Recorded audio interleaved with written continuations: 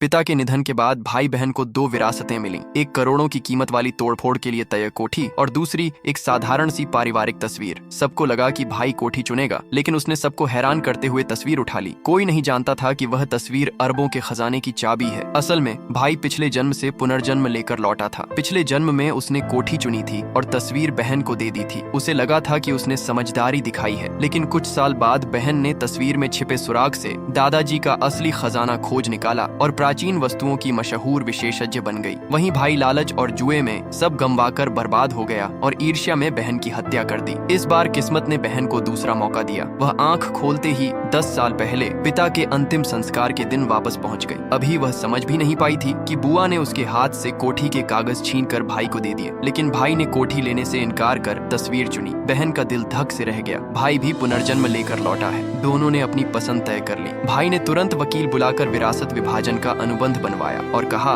कि आगे किसी विवाद से बचने के लिए वह बहन से सभी रिश्ते तोड़ रहा है। बहन को लगा कि शायद इस जन्म में गिले शिकवे भूलना बेहतर होगा, इसलिए उसने भी दस्तखत कर दिए। लेकिन तभी कुछ गुंडे वहां पहुंच गए। उन्होंने दावा किया कि पिता ने 20 साल पहले 3 लाख का कर्ज लिया था, जो ब्याज समेत 3 करोड़ हो चुका है। घर बहन के नाम है, इसलिए कर्ज भी उसे चुकाना होगा। भाई के चेहरे पर चालाकी देखकर बहन सब समझ गई। ये सब उसकी साजिश थी। उसने दस्तावेज की जांच शुरू की। मोहर बिल्कुल नई लगी थी, जैसे अभी अभी लगाई गई हो। पिता की पुरानी आदत थी कि वह हस्ताक्षर करते समय उंगली मोड़ते थे, जबकि दस्तावेज पर हस्ताक्षर सामान्य थे। बहन ने तुरंत पुलिस को बुलाने का फैसला किया। गुंडे पकड़े जाने के डर से भाग गए। बहन का मन अब बदल चुका था। इस जन्म में वह भाई को बिल्कुल नहीं छोड़ेगी। अगले दिन वह पुराने घर सामान लेने गई और टीवी पर भाई की खुदाई की खबर देखी। तस्वीर हाथ लगते ही उसने पुरातत्व दल को बुलाकर खजाना खोज निकाला था। टीवी पर भाई की सफलता देखकर बहन मुस्कुरा उठी, क्योंकि वह जानती थी कि यह खजाना असली नहीं बल्कि नकली है। पिछले जन्म में भी दादाजी ने अपनी सारी संपत्ति नकली कलाकृतियों पर खर्च कर दी थी, पर इन्हीं नकली चीजों ने बहन को प्राचीन वस्तुओं की सच्ची समझ दी और विशेषज्ञ बना दिया। 3 दिन बाद भाई ने बहन को एक भव्य नीलामी में बुलाया। पहला आइटम वही नकली कांस्य का पात्र था, जिसकी कहानी उसने गढ़ रखी थी कि यह लगभग राष्ट्रीय संग्रहालय में पहुंचने वाला था। ये कहानी सुनकर लोगों का विश्वास बढ़ गया और बोली लगने लगी। आखिरकार वह पात्र 8 करोड़ में बिक गया। इसी तरह उसने कई नकली वस्तुएं सोने के भाव बेच दी। फिर मंच पर आया सोंगडाई का दुर्लभ चाय का प्याला, जो बहन का था। उसकी कारीगरी इतनी जटिल थी कि बहुत कम लोगों ने इसे देखा था। कई लोगों ने इसे बेकार समझकर मजाक उड़ाया, लेकिन तभी ऊपर बैठे एक बुजुर्ग विशेषज्ञ ने आश्चर्य से उसकी असलियत बताई। ये सदियों पुराना अनमोल खजाना था। लोग हैरानी से उसकी तस्वीरें लेने लगे। तभी भाई अचानक खड़ा हुआ और बहन पर नकली वस्तुएं बेचने का आरोप लगाने लगा। उसने सबके सामने